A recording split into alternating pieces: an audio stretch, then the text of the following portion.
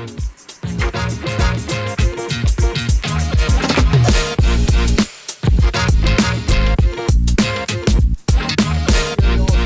to have you.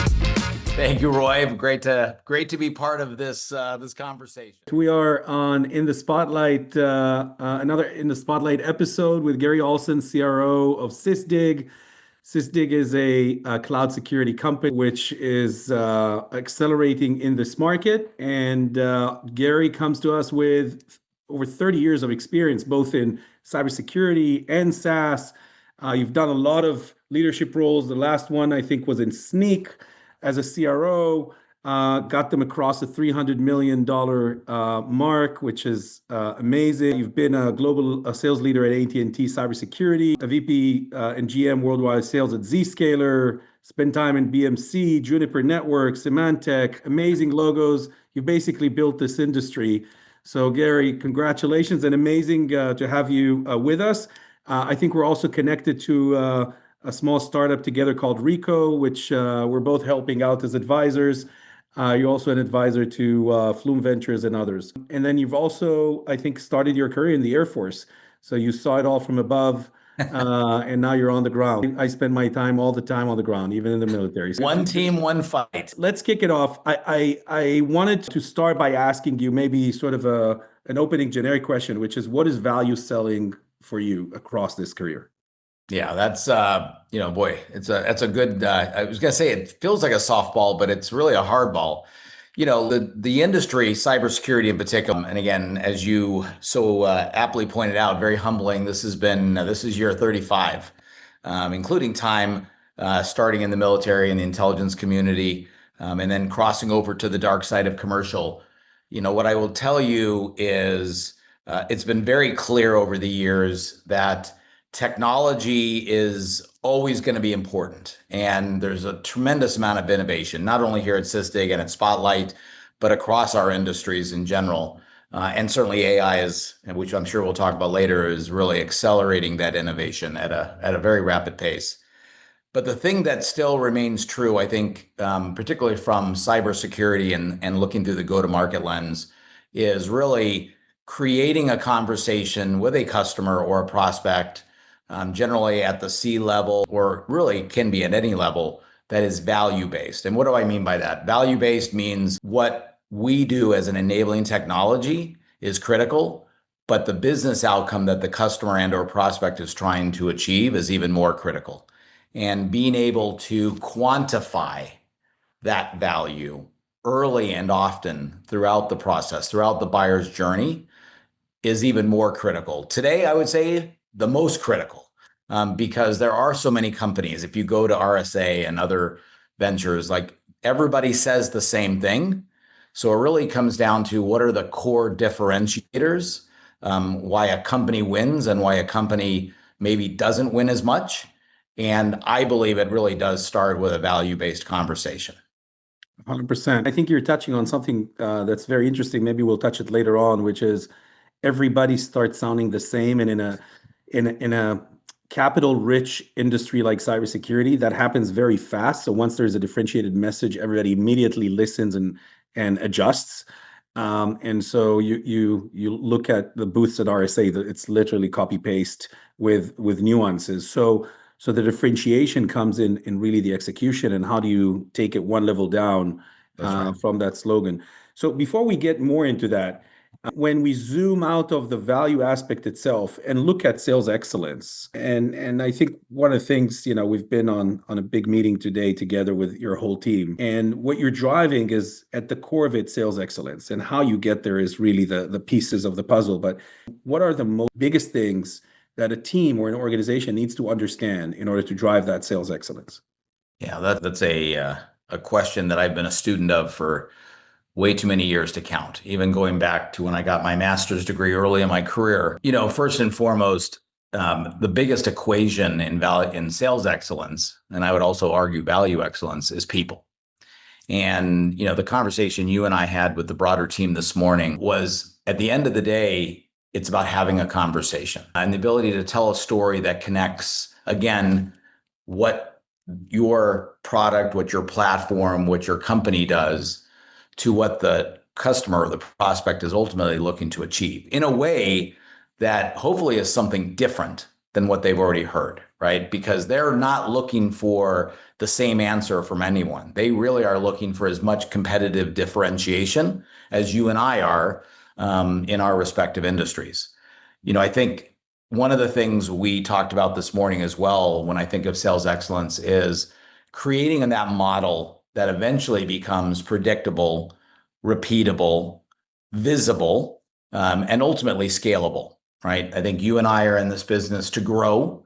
I'm not sure how many people in our industry aren't focused on growth and also profitability.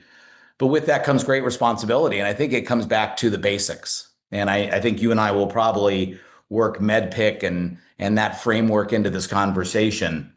But if I bring it back to Spotlight, and I don't mean this to be a advertisement for Spotlight, because this is a new chapter for our organization and for our relationship.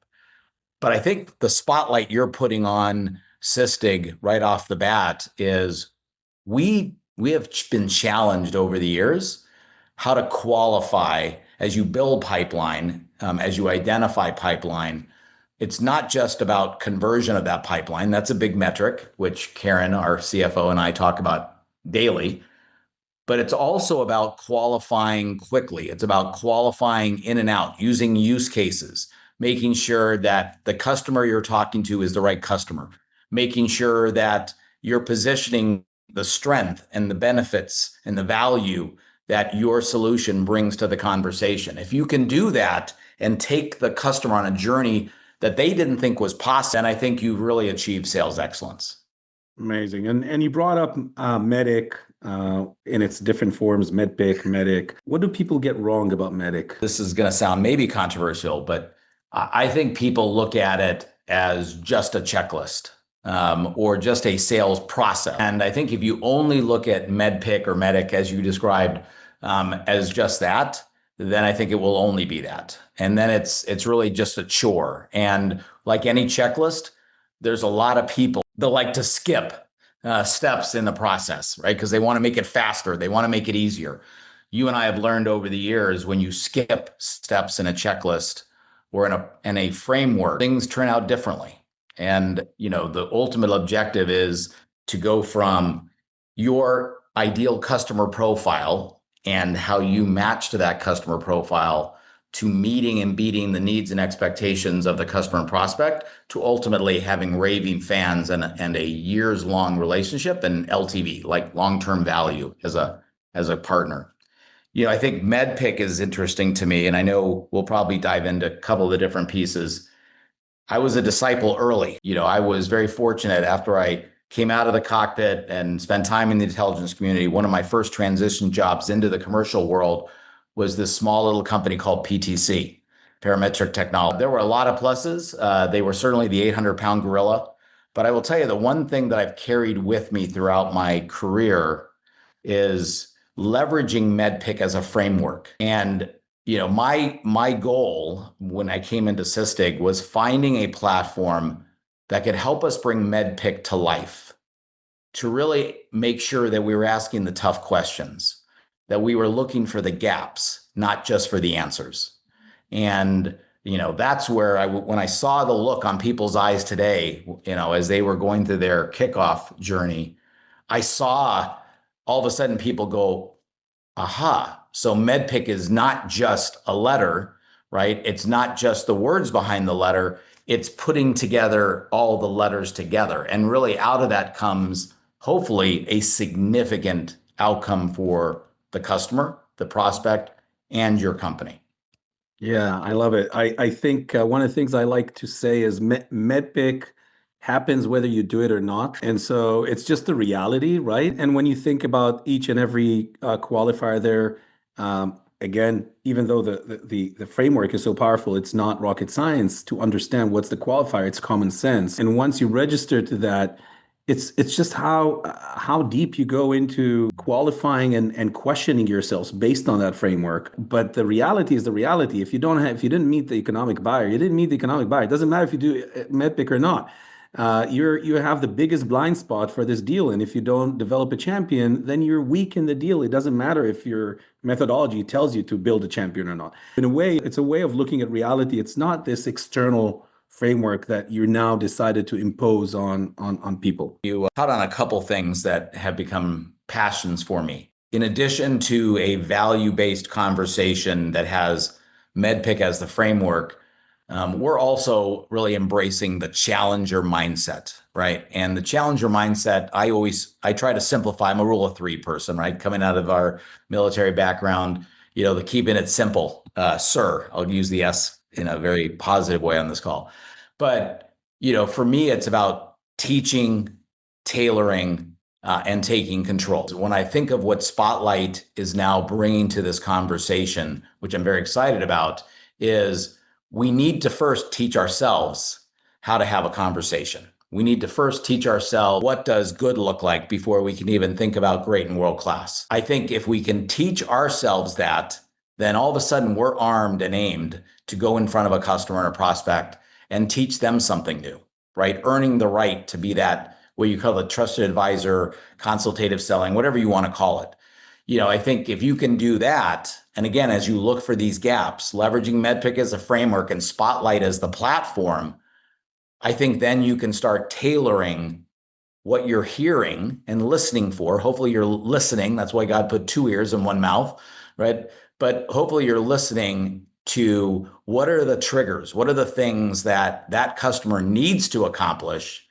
And then tailoring your message and what you need to do next and the next question towards what that customer is looking for and or needs. And sometimes they may not know what they need, right? That's the value of the teaching aspect of it. And then finally, if you do both of those things, now you can leverage Spotlight to really take control of the sales process, right? Because you and I both know there's three conditions that happen with taking control. Either the customer takes control of the process, your competitor takes control of the process, or we can take control of the process. But we do it based on a conversation. We do it based on discussion. We do it based on value. I love it.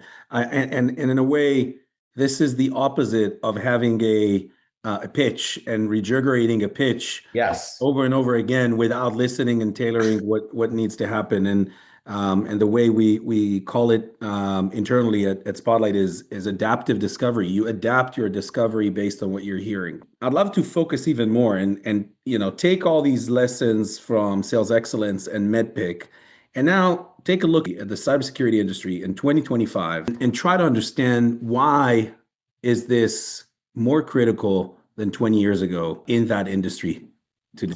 Yeah, this is a really relevant and timely question and discussion. And I love the adaptive discovery, and I'm going to come back to that because I think it's part of the answer. One of the things that I've seen over the last 25 years is, the cybersecurity industry and IT in general has gone through multiple massive transformations. We've gone from on-prem to virtualized environments to now SaaS, but now SaaS on steroids. We've got hybrid cloud. What that tells you is there's just far more complexity. The amount of data and amount of applications and devices that are proliferating almost on a minute by minute, second by second basis makes it hard for any buyer, let alone the seller, to keep up with all the innovation and all the changes. So again, what then becomes the differentiator? I think the differentiator again goes back to, if I look at cybersecurity in general, people still want to buy from people. And what they want to know is, did you do research on me? Did you do research on my competitors? Did you do research on the industry? Where is the industry going? Teach me again what's happening so that I can make a connection to why we should continue this conversation. And I will tell you that the more automated we can make some of that discovery and make it adaptive to the tremendous amount of information that's available. I will tell you, I don't do PowerPoint or Google Sheet PowerPoint discussions anymore, right? I think there's too much death by PowerPoint. And, I apologize to Microsoft or whoever else I've probably offended. I see too many of that. And I'll take the last board meeting last week as a good example. We gave them all of those PowerPoints, Google Sheets in advance for them to consume. We spent 4 hours picking 5 topics and going deep and wide on those topics. And the amount of aha moments, and I finally get what you're saying, and I'm like, well, I finally get what you're saying. Those moments became multiplied because candidly, we went in and we leveraged all that intelligence, all that data that's out there. And instead of just showing up and throwing up, we started with a question. We've done the research. We're leveraging AI. This is what I love about Spotlight, because you can go into your sales process. And as you're actively planning, as you're actively doing opportunities, as you're doing forecasting, as you're just looking at the territory in general, you can adapt to the information that you're discovering in real time. And I think that's where the change in our industry is headed. AI is going to be a massive accelerant at a pace that no one's ever thought was possible.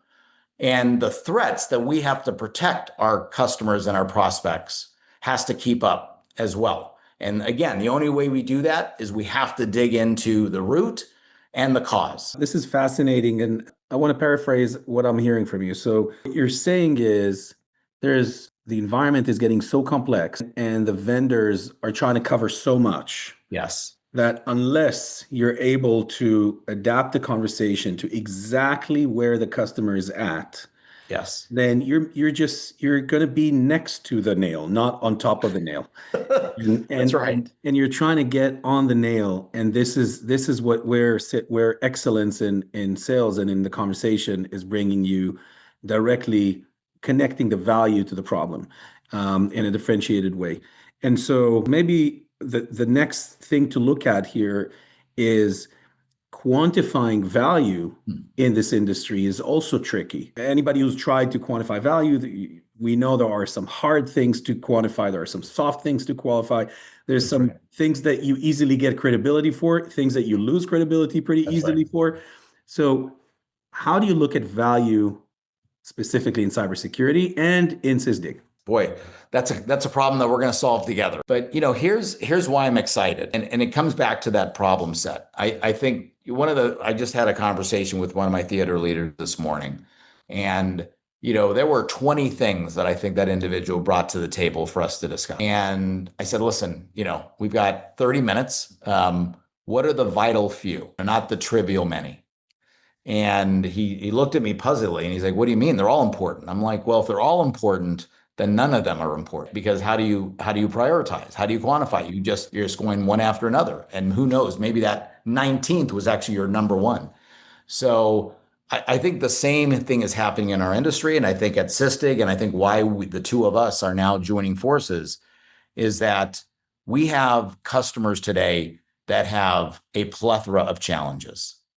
And the faster we can really get down to the vital few challenges that really are driving something significant on their side, using their numbers, using their perspective, their insight, versus trying to make it about Sysdig or trying to make it about Gary or Roy, I think that's going to be the big differentiator moving forward, right? And I look forward to the day, and we're not that far away from this day, where we're sitting down with a customer, whoever that is, whether it's a C-level, whether it's somebody in application security, cloud security, vulnerability management, all the different areas that we have expertise in, but it's turning the laptop around and saying, you know what, you've talked about productivity, you've talked about time and cost savings. Put it in your language. Like, what does it take to get an A on your side of the desk? Like, what is the expectation that your shareholders, your board has of you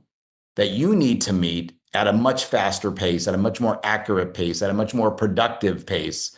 Let's use your perspective, your insights, your numbers. And I've done that once in my life. I'll say successfully. I'm probably, not giving, myself or the team as much credit as we should. However, when you have a customer that says, wait a minute, this conversation's about me, Right. it's not about you. Like, all of a sudden that relationship just changed 180 degrees. And you're helping that person have a conversation with a CFO to get Yes. budget, have a conversation with their manager, and Yes. then helping their manager look good in front of the board. And by the way, it's also interesting to see that the value drivers and the way we prioritize them will change based on who is reading or who is looking at this value. I mean, from a board perspective, they really care about the brand risk.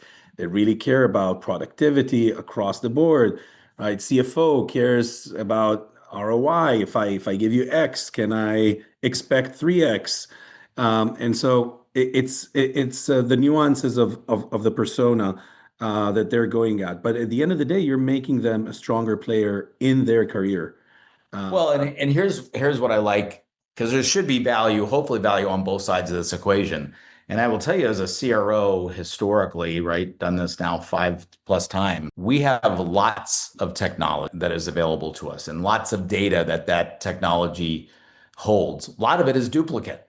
Just like our customers, you asked this question earlier, tool consolidation, vendor consolidation, market dynamics, all three of those, I think, are really rising to the equation and to the top of the significance list for a CISO and or a CIO, et cetera. I think the thing I really saw in Spotlight, and again, not trying to make this a commercial, but it's something that I was attached to, is today I've got Gong, today I've got Salesforce, today I've got Clary, I've got Gainsight, right? I could probably list another 10 tools beyond that. But what I didn't have was an ability to integrate and access and really look at all the different data that is coming to not only myself as a CRO, but more importantly to our sales reps, our sales engineers, our SDRs, to our customer success engineers, right, and managers. And what I'm excited about is being able to quickly ask a very simple question that's already resident probably in one of those different tools, but Spotlight brings it all together and spotlights what needs to happen next. What is the vital few that we should be focusing on? What is the vital few that we need to still go uncover, giving us some recommendations and some ideas? But at the end of the day, then turning it back over to that individual to go take that action. And I think being able to shrink that life cycle and really shrink the amount of data to something that is going to move the needle, again, most importantly for the customer and the partner, but also for the sales rep and others on the other side, like that is game changing. this is we're very excited about this, and the brand name speaks to it. Gary, one last question. 2030, sales excellence. Where do you see sales excellence heading in 2030, given tools like Spotlight, like other AI tools that you're seeing out there in other domains? When you build your team for the next 3, 4 years, like, what are the things you think we should have as an end state for that period? Yeah, boy, I love those questions because, somebody once told me, and I can't even remember who to attribute this to. There's a reason the windshield is bigger than the rearview mirror, right? I think historically we've spent a lot of time in the rearview mirror and we're always looking at old trends, old data. Most of it's out of date, very stale. I think 2030 is kind of like Waymo. I know this is going to be a really stretch analysis here. And I actually, believe it or not, just took my first Waymo ride a couple weeks ago that my daughter, who's much smarter than I am and works at Salesforce, set up for me to put me in the car and said, "Dad, just enjoy the ride." And what I learned very quickly is like, why didn't we do this 10 years ago? Right? Because I saw my dollar amount for the trip from another provider who will remain nameless. For the same trip, there was $43. Coming back, it was 7. And I look at the economy of scale that is possible by leveraging autonomy, right? Whether it's autonomous driving in this case, or autonomous thinking, or adaptive intelligence. I look at 2030 as the era where we're learning at such a rapid pace. Data is being enabled to be created at such a rapid pace. Applications in the cloud, who will probably look very different than what you and I are using even today. But I still think the underlying proposition for value and the interaction between that individual and a buyer, that individual and someone that is trying to change what they're doing dramatically will still be applicable. But I think you and I are part of the front end of what I think is going to be an unbelievable superhighway, right? That I can't even imagine. I hope I'm still actively engaged in whatever form or format that is. But I will tell you, today is the beginning of that journey to 2030. And I think I'm equally encouraged and excited both, Roy, for what Spotlight and Sysdig are going to do together. And I look forward to coming back, hopefully on another one, and sharing very concrete examples where customers and their journey were dramatically changed because of what we're going to do together. Gary, thank you so much, and I think that's a high note enough to wrap it up. I also think this will impact the cybersecurity industry through those execution excellence factors that you brought up. Thank you, Gary, so much, and thanks everybody for being with us. Thanks, Ray.